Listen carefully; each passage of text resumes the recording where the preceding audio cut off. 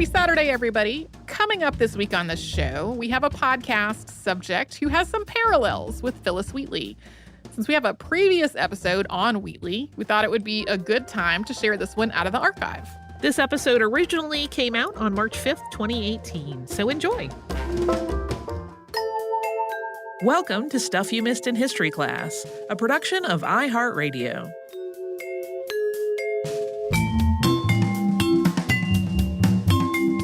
Hello and welcome to the podcast. I'm Tracy V. Wilson. And I'm Holly Fry. So I've had the same experience multiple times over the last year or so, which is that I've been walking through a museum or a library and I've seen an exhibit on Phillis Wheatley and thought, we really should do a podcast episode on her.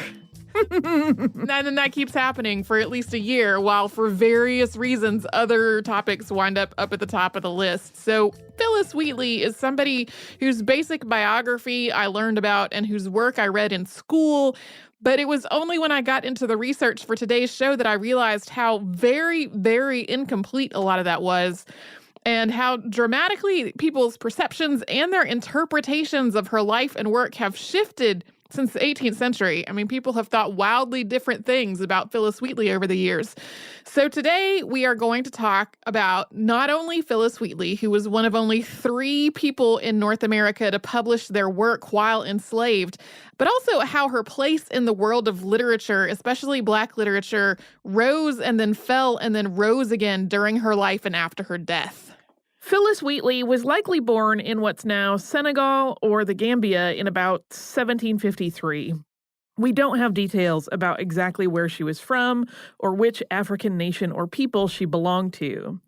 Even the connection to the Senegambia region is a little tenuous. The slave ship that took her to Boston, Massachusetts, did stop there, but it also made several other stops in Western Africa, so it's really tricky to pin down.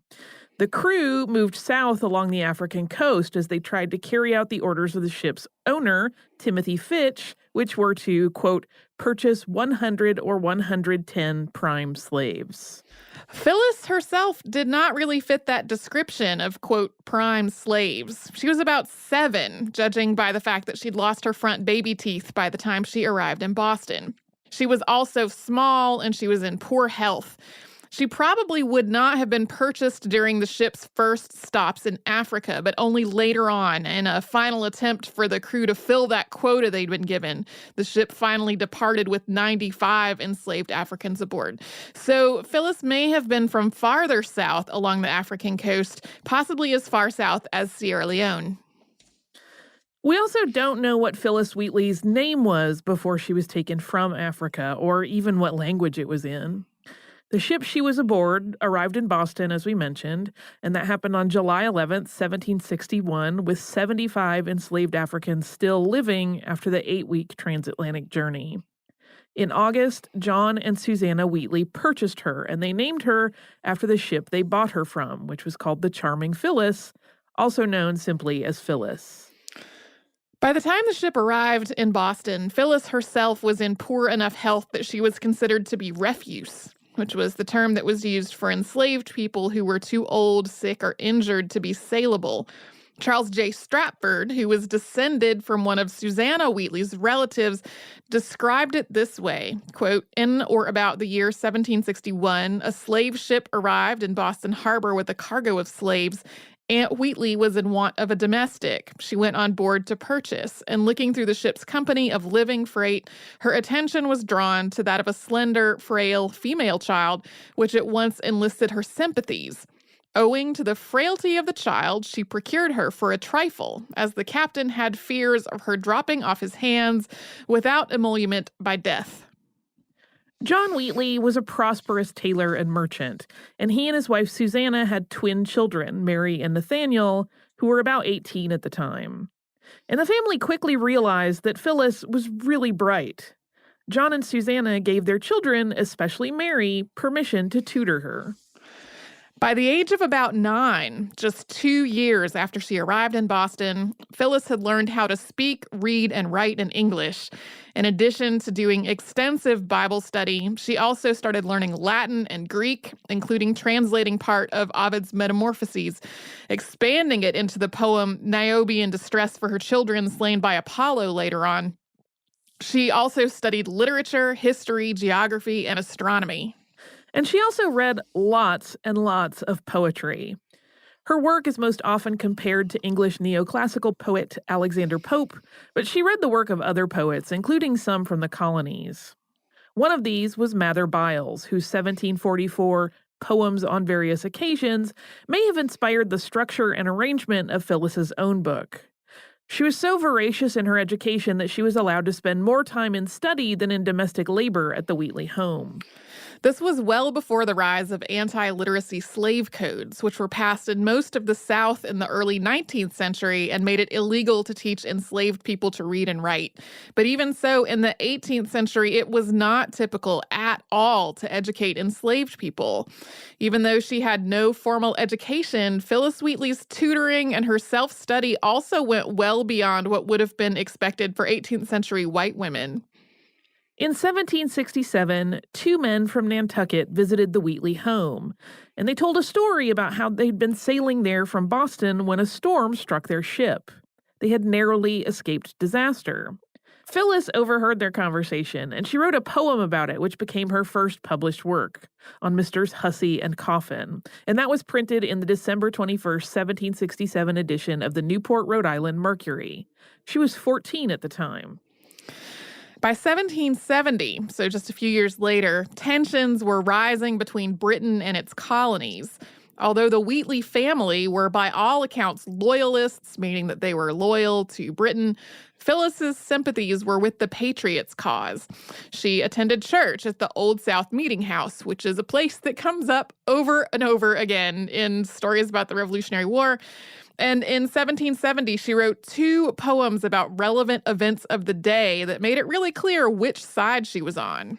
The first, on the death of Mr. Snyder, murdered by Richardson. She describes the murder of a boy named Christopher Snyder, or Cider, at the hands of Customs Officer Ebenezer Richardson. In this poem, she describes Christopher as a martyr. The second is On the Affray in King Street, on the evening of the 5th of March, 1770. It's not completely clear whether the second one, which is obviously about the Boston Massacre, has survived. There is a poem with that name that was published in the Boston Evening Post on March 12, 1770, but it was not signed. And while some critics say it's the same poem, others are not so sure. It was a pretty common way of describing the Boston Massacre, which is why it's believable that 2 different poets could have written a poem about it with roughly the same title. It was also in 1770 that Phillis Wheatley wrote the poem that would make her famous. This was called An Elegiac Poem on the Death of That Celebrated, Divine, and Eminent Servant of Jesus Christ, the Reverend and Learned George Whitefield. Whitefield was an Anglican deacon who toured the colonies and employed a style of preaching that was incredibly dynamic and charismatic. He was really instrumental in the religious revival that was known as the Great Awakening. I have to say, these are not the snappiest poem titles. They all tend to run a little long. Phillis wrote the elegy shortly after Whitefield died on September 30th, 1770. It was first circulated as a pamphlet in cities like Boston and Philadelphia. In 1771, it was reprinted along with the funeral sermon that Ebenezer Pemberton had delivered on October 11th, 1770. This reprinting gave Wheatley an audience on both sides of the Atlantic, especially after she sent a copy to Selina Hastings, Countess of Huntingdon. In addition to his preaching tours in the colonies, Whitefield had been the Countess's personal chaplain. Almost instantly, Phillis Wheatley became the most famous African in Britain and its colonies, very well known as a poet, and we will talk about what followed in the now famous Phillis Wheatley's writing career after a quick sponsor break.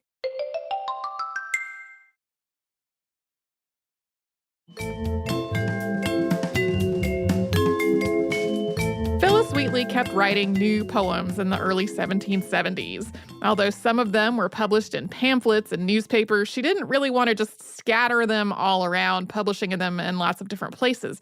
She wanted to publish them together in a book, and by 1772, she had written enough to do it. But to fund this book's publication, she needed to find subscribers to commit to buying the work in advance. I imagine this as sort of a colonial version of Kickstarter.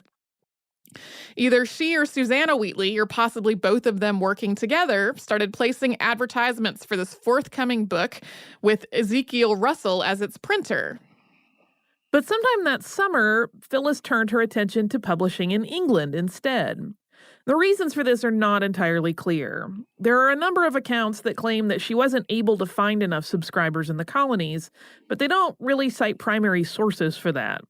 But there is a 1773 letter from one of her subscribers, John Andrews of Boston, who suggested that it was really for financial reasons. Basically, she was getting better terms from a London press. The not enough subscribers argument usually comes along with the explanation that racism was the root cause of her not finding an audience in the colonies. And this was not racism as in white readers maliciously not wanting to read the work of a black person. It was really racism as in white readers disbelieving that a black person could have even written it. For the institution of slavery to exist the way that it did in the American colonies, it had to rest on the idea that Africans were less than human and were inherently less intelligent than Europeans. So there were definitely people on both sides of the Atlantic who thought that Wheatley's poems must be some kind of fraud. Wheatley dealt with this by getting some of Boston's most prominent men to sign an attestation that she really was the author of her own poems. This included Massachusetts Governor Thomas Hutchinson, Lieutenant Governor Andrew Oliver, the Reverend Mather Byles, and the Reverend Samuel Mather, nephew and son of Cotton Mather, the Reverend Charles Chauncey, and John Hancock. A copy of this attestation, dated October 28, 1772, appeared in Lloyd's Evening Post and British Chronicle in September of the following year, and a slightly reworded version of it was part of Wheatley's first book as well. And here's what the book version said, quote, "We whose names are underwritten do assure the world that the poems specified in the following page were, as we verily believe, written by Phillis, a young Negro girl, who but a few years since brought an uncultivated barbarian from Africa, has ever since been, and now is, under the disadvantage of serving as a slave in a family in this town. She has been examined by some of the best judges and is thought qualified to write them." Although it's become part of the popular lore about Phillis Wheatley that this took place, there's no actual evidence that the undersigned men actually met in a group and interrogated her about her work. Yeah, there's even a children's book that hinges on this supposed meeting. It's actually a much more likely scenario that there was a big meeting that was documented to have happened on October 28th, and that she took advantage of this gathering of prominent men to stop by and say, hey, would you please sign this attestation that I actually wrote my own work. This attestation was not the only step that she took in getting her book published in England and in getting people to believe that she had really written what was in the book. She also wrote to William Legge, the Earl of Dartmouth, in October of 1772, sending him a copy of a poem she had written about him. The Earl had just been named Secretary of State for the colonies, and she both celebrated his appointment in the poem and included another attestation of her authenticity, this one signed by Nathaniel Wheatley. Phillis also made a third connection to Selina Hastings, the Countess of Huntingdon, the one whose personal chaplain had been the Reverend George Whitefield. The Countess, Lord Dartmouth, and Susanna Wheatley were all connected through the Countess of Huntingdon's Connection, which was a network of evangelical churches and chapels. Phillis dedicated her manuscript to the Countess, who advocated for its publication in England through publisher Archibald Bell. Accompanied by Nathaniel Wheatley, Phillis went to London in 1773 to oversee the publication of her book. Sometimes this trip is also described as being for the sake of her health. She was definitely there to work on the book. By this point, she'd established such a name for herself that she had a huge list of notable people to visit. Probably the name that people would be most likely to recognize today is Benjamin Franklin, who was at the time in London. If you've listened to the Dido Elizabeth Bell segment of our episode 3 Astonishing Bells, you'll recall that we talked about the Somerset case. And this was a court case decided in 1772 in which Lord Mansfield ruled that an enslaved person brought to England could not be sold back into slavery. In some places, this was interpreted as freeing all slaves in England, which it didn't really do. But it did mean that when Phillis Wheatley arrived in London the following year, under English law, she could not be forced back into slavery. It's possible that this is one of the reasons that she decided to publish her book in England rather than in the colonies. Yeah, people in Boston definitely knew about the Somerset case by the time she made that decision. Phillis Wheatley's first and only published book, which was Poems on Various Subjects, Religious and Moral, was published on September 1st, 1773. This was the first published volume of poetry by an African woman in the English-speaking world. It included that attestation of her authenticity that we read earlier, along with a letter from John Wheatley, briefly detailing where she came from and how she had been educated, and concluding, quote, "Relation is given by her master who bought her and with whom she now lives." The book's frontispiece featured a portrait of her, ringed in the words, Phillis Wheatley, Negro servant to Mr. John Wheatley of Boston. That portrait is likely the work of enslaved African painter Scipio Moorhead, who was also the subject of Wheatley's poem To S.M., a young African painter, on seeing his works. If you're wondering about that wording of Negro servant, a lot of people who were enslaved were referred to as servants, especially in England and New England. A few weeks after Phillis arrived in England, Susanna Wheatley became seriously ill, and Phillis returned to Massachusetts to attend to her. Her ship arrived on September 16, 1773. 4 days later, the Boston Gazette noted her arrival among notable passengers aboard her ship, calling her an extraordinary poetical genius.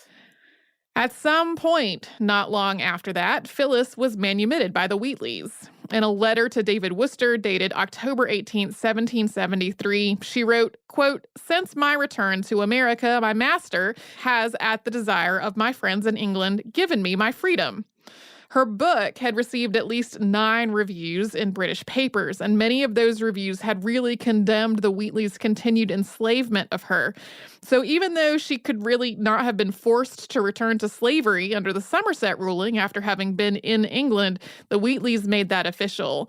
Phillis also took the precautionary step of sending a copy of her manumission papers to a contact she had in London for safekeeping.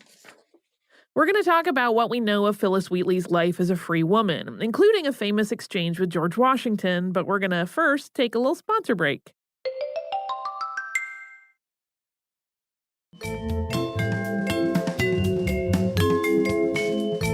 By the time Phillis Wheatley returned from England, the colonies were definitely headed toward war with Britain. That was, of course, the Revolutionary War.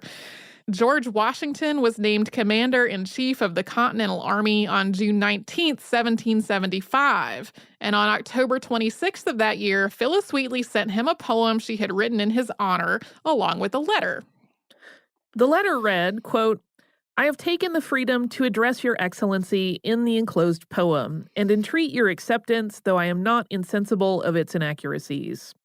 Your being appointed by the Grand Continental Congress to be Generalissimo of the armies of North America, together with the fame of your virtues, excites sensations not easy to suppress.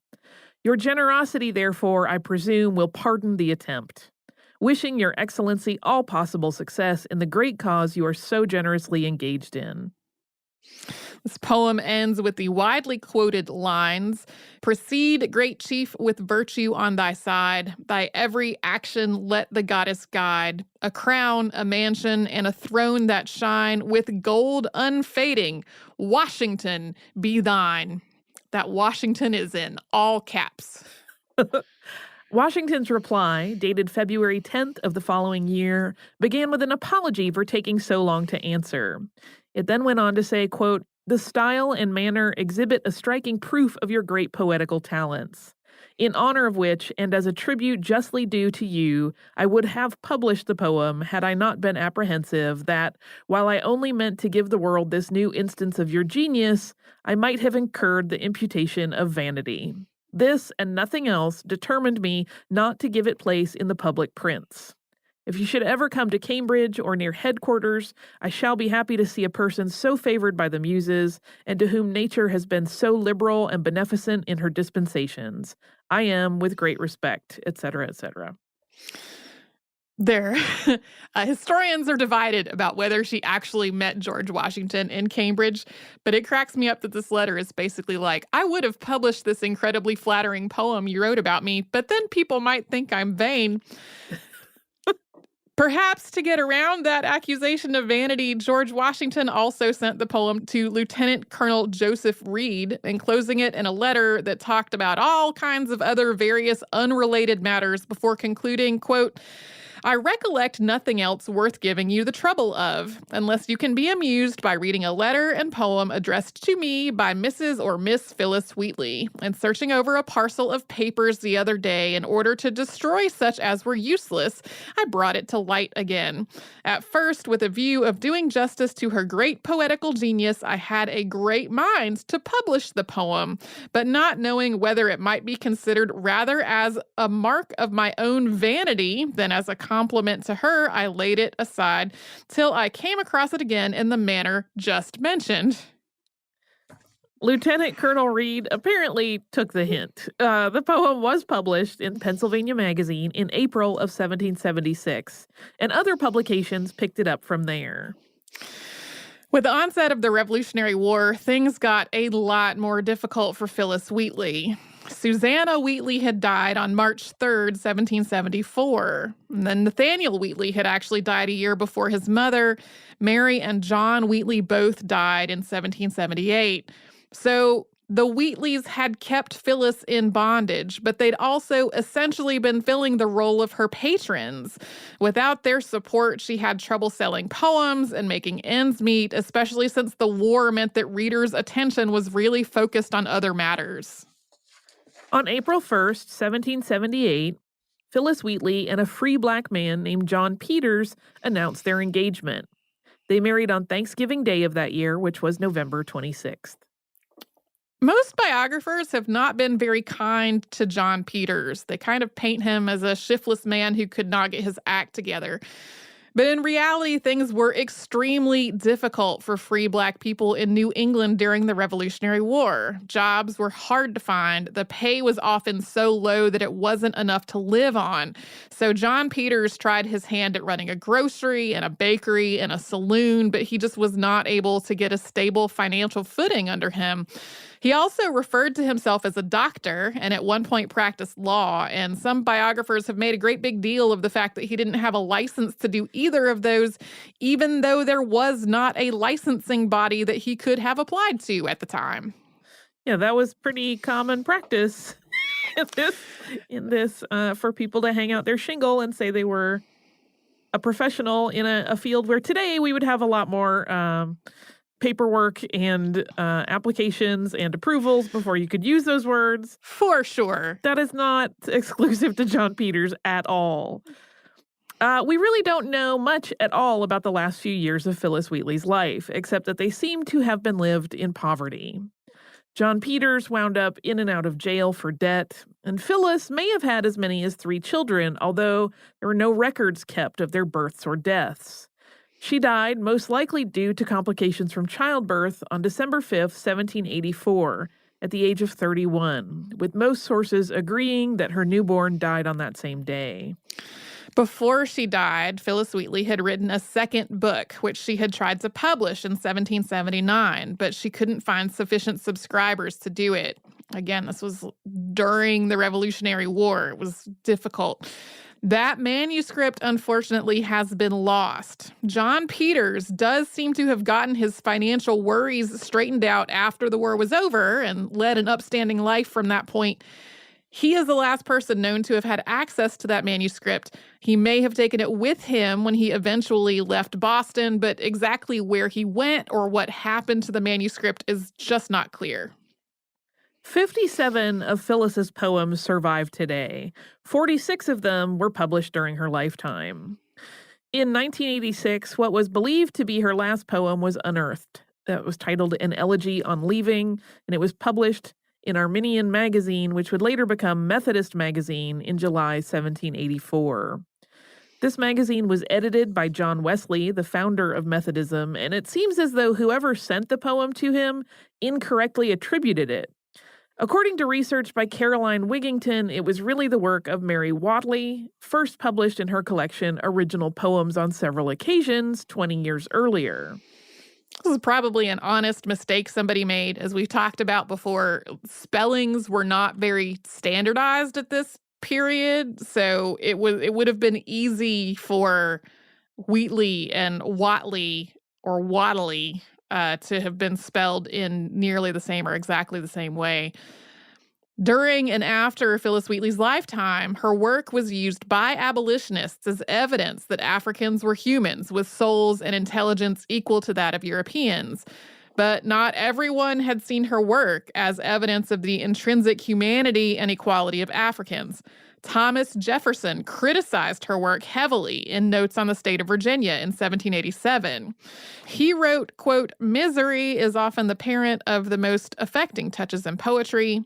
Among the blacks is misery enough, God knows, but no poetry. Love is the particular estrum of the poet.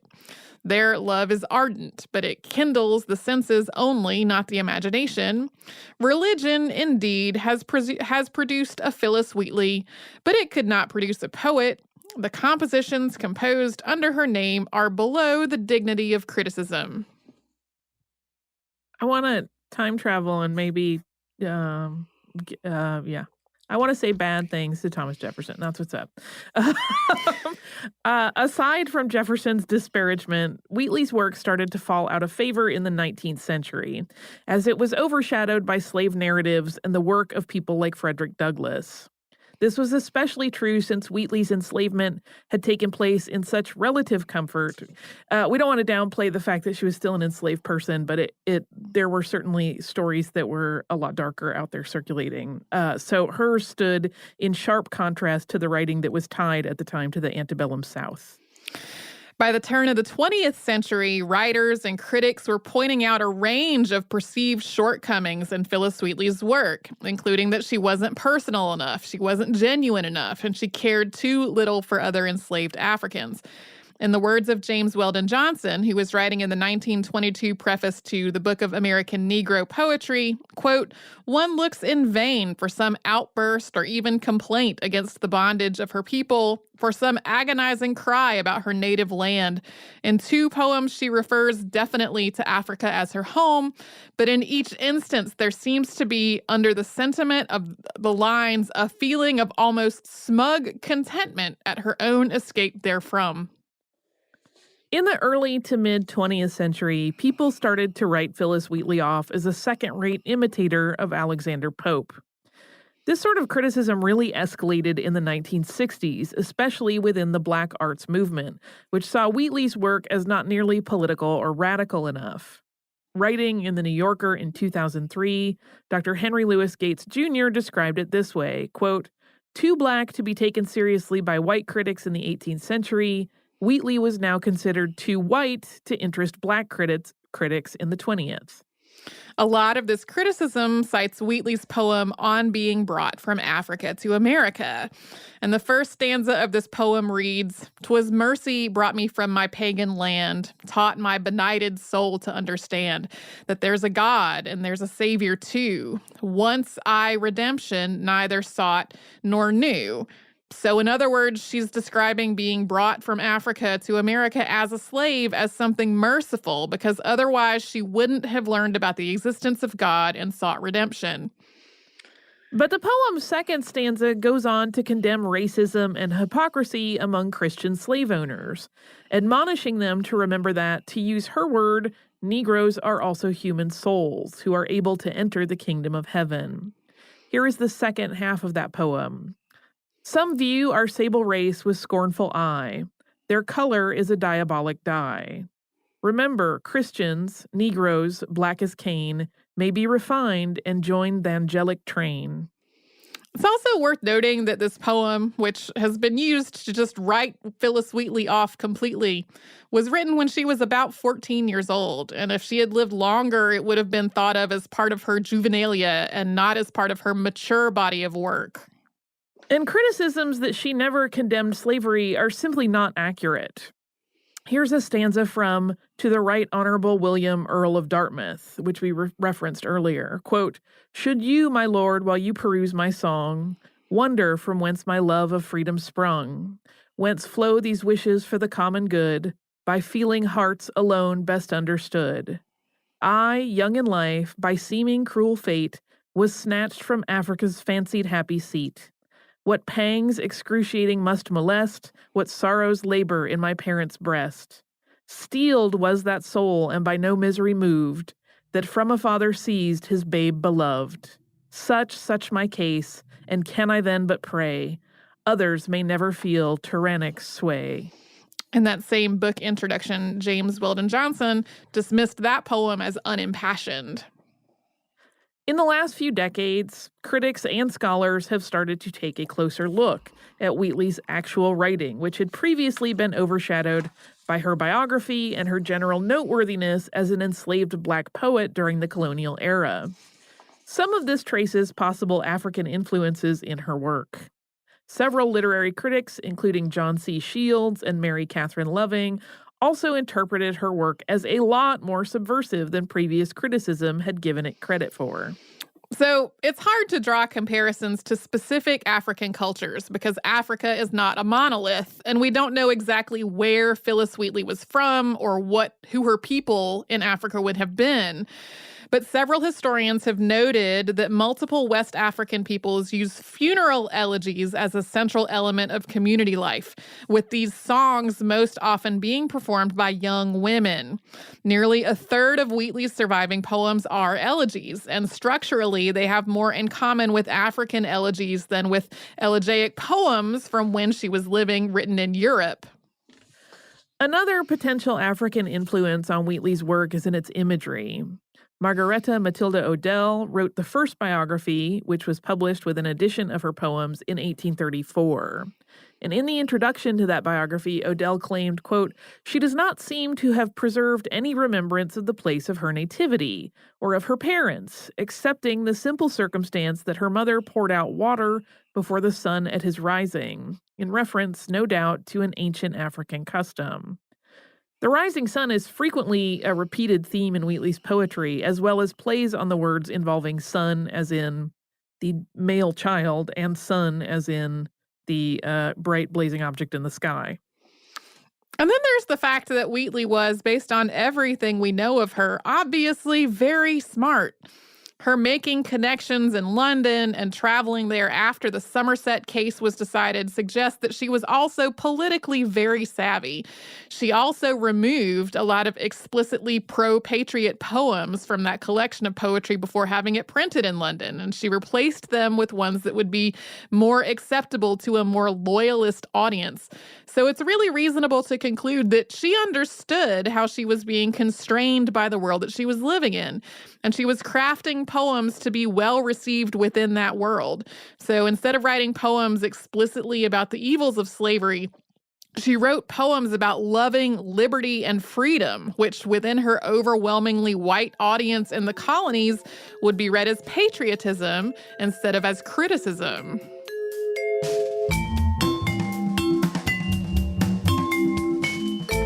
Thank you so much for joining us today for this Saturday Classic. If you have heard any kind of email address or maybe a Facebook URL during the course of the episode, that might be obsolete. It might be doubly obsolete because we have changed our email address again. You can now reach us at historypodcast@iHeartRadio.com, and we're all over social media at Missed in History. And you can subscribe to our show on Apple Podcasts, Google Podcasts, the iHeartRadio app, and wherever else you listen to podcasts. Stuff You Missed in History Class is a production of iHeartRadio. For more podcasts from iHeartRadio, visit the iHeartRadio app, Apple Podcasts, or wherever you listen to your favorite shows.